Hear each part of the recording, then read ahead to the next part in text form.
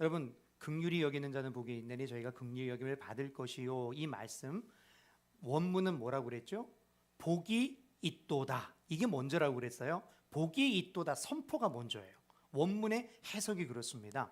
그 말은 뭐가 복이 있는 거예요? 누구의 복이 있는 거죠? 하나님의 복을 받은 자요. 이 말이거든요. 그대들은 긍휼을 알고 긍휼이 있는 자들이다. 그대들은 하나님으로부터 긍휼히 여김을 받은 자들이므로 이렇게 우리가 해석을 하는 것이 더 원문의 뜻에 합당하다라는 거죠. 근데 여기에서 우리가 고민해야 될 게 좋아요. 긍휼히 여기는 자, 우리가 뭔가를 할 수 있는 게 아니라 긍휼을 안다. 그리고 긍휼이 있다. 좋은데 이게 뭔지를 아셔야 될 거 아닙니까? 자, 오늘 본문의 이 긍휼이라는 단어가 성경 다른 곳, 복음서에 똑같은 단어를 쓴 곳이 있어요. 그게 어디냐면 마태복음 9장 27절에서 29절 말씀이거든요. 자, 여기 27절 말씀에 우리를 어떻게 여겨주세요? 불쌍히 여겨주세요. 이 단어가 정확하게 긍휼이라는 단어예요.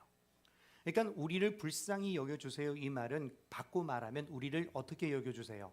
긍휼히 여겨주세요. 이 말이거든요. 이 에피소드, 이 이야기에 보시면 두 명의 소경이 나와요. 이 두 소경이 예수님을 향해서 다윗의 자손이여 우리를 불쌍히 여기소서, 긍휼히 여기소서 그러죠. 긍휼이 부어졌습니다. 근데 뭘 근거로 부어졌냐 이거예요.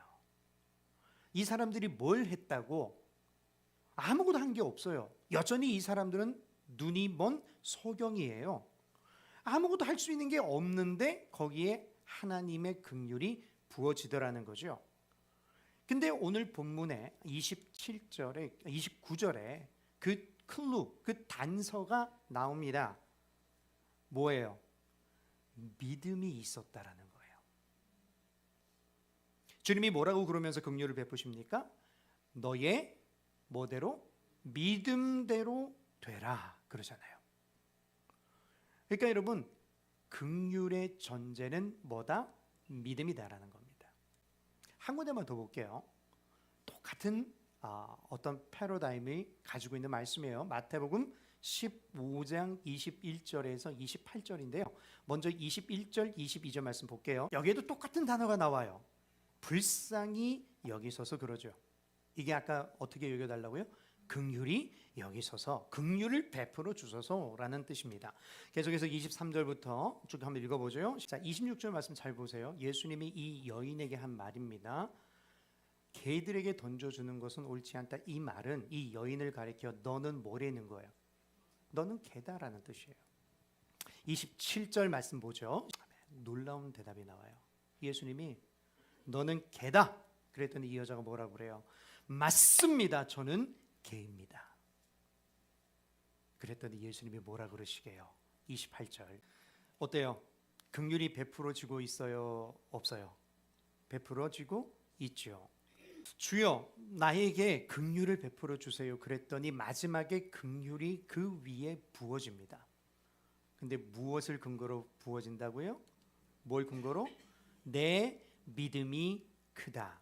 믿음을 근거로 부어진단 말이에요. 이스라엘 사람의 입장에서 이방 여인인 이 여자, 이방 여인이라고 나오지만 사실은 가나안 여인이에요. 여러분, 가나안 여인이 예수님의 긍휼을 입을 가능성이 얼마나 될까요? 0%입니다. 여자야, 내 믿음이 크도다. 이걸 근거로 긍휼이 부어지더라는 거죠. 이렇게 하나님의 긍휼은 무엇을 전제로? 믿음을 전제로 하나님의 백성에게 부어지는 겁니다. 엄밀히 말하면 이 믿음이 전제되었을 때 긍휼이 부어지는 게 아니에요. 하나님의 긍휼을 입은 자들에게서 이러한 뭐가 나온다? 믿음이 나온다라는 겁니다. 항상 문제는 여러분들은 항상 이거를 뒤바꿔 생각한다는 게 문제예요. 오늘 본문도 똑같아요. 왜 그러냐면 믿음의 주체가 누구예요? 믿음의 주체 여러분이세요? 하나님이세요? 하나님이죠. 내가 믿고 싶다고 믿어져요? 안 믿어지죠? 어떻게 믿어져요? 하나님이 믿음 주셔야 믿어지는 거 아닙니까? 그러니까 여러분, 믿음의 주체가 하나님이라는 거예요. 그래서 결론적으로 제가 좀 서둘러서 말씀을 드리면, 우리 성도에게서 나타나는 이 긍휼히 여긴다라는 건 예수 그리스도의 긍휼만을 의지하는 믿음이라는 겁니다. 이해가 되시죠?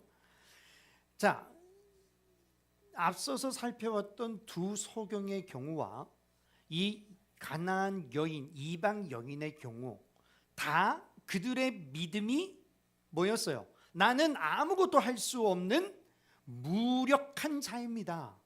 그러니까 나에게 뭐를 베풀어 주세요?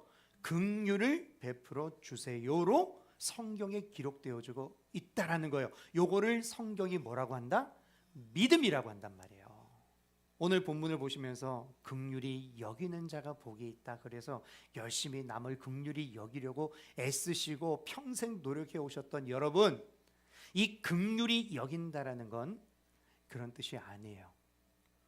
나는 하나님의 긍휼히 여김을 받지 못하면 그냥 죽은 개에 불과한 존재군요.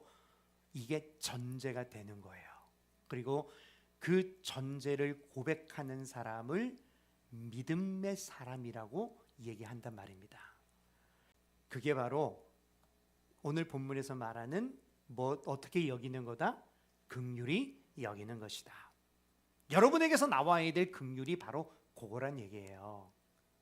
그러니까 여러분, 긍휼히 여김의 대상은 누구도 포함이 돼요? 여기 보니까 여러분, 긍휼히 여긴다고 해서 여러분 누구만 열심히 긍휼히 여기려고 했어요? 다른 사람만 긍휼히 여기려고 했잖아요. 아니에요. 긍휼히 여김의 대상은 누구도 포함된다? 나도 포함이 되는 거예요. 그러니까 내가 하나님의 긍휼히 여김을 받을 자다, 요걸 아는 게 나도 긍휼히 여김을 받지 않으면 큰일 날 존재인 것처럼 내 옆에 앉아 계신 이분들도 긍휼히 여김을 받지 않으면 큰일 날 존재라는 것을 알고 그들을 그렇게 대해 주는 것을 긍휼히 여기다라는 겁니다. 여러분이 심령이 가난해야 복 받는 게 아니라 이미 우리에게는 선한 사마리아인 대신 예수 그리스도의 긍휼이 임하여 복이 있도다 선포된 줄로 믿으시기 바랍니다. 내가 뭔가를 해야 복을 받는 이런 값싼 싸구려 복음 말고, 주님, 나는 하나님께 자발적 순종을 내어놓을 수 없는 자라는 것을 인정합니다. 나는 하나님의 긍휼을 입은 자입니다.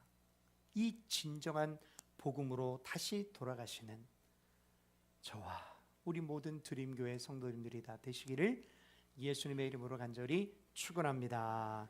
기도하겠습니다. 하나님, 참으로 감사합니다. 저희가 무엇이 간데 저희에게 한량없는 그 은혜, 그 긍휼을 부어 주셨습니까? 하나님, 우리는 여지껏 이 말씀을 붙들며 그래, 내가 심령이 가난한 자가 되어서 복받아야 되겠다, 내가 긍휼히 여기는 자가 되어서 복받아야 되겠다, 내가 뭔가를 해서 복받아야 되겠다, 참으로 너무나도 엉뚱하고 하나님의 복음을 너무나도 싸구려로 만들었음을 주님 회개합니다.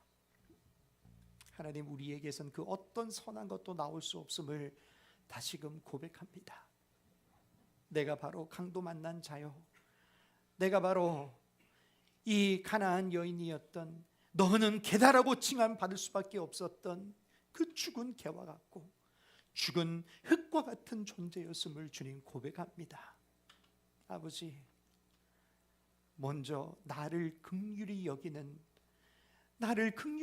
마음 주시고, 그리고 내 이웃, 내 옆에 있는 우리 믿음의 공동체 안에 있는 우리 형제와 자매를 긍휼히 하나님의 긍휼로 그들을 바라볼 수 있는 긍휼한 마음을 주시옵소서. 감사합니다.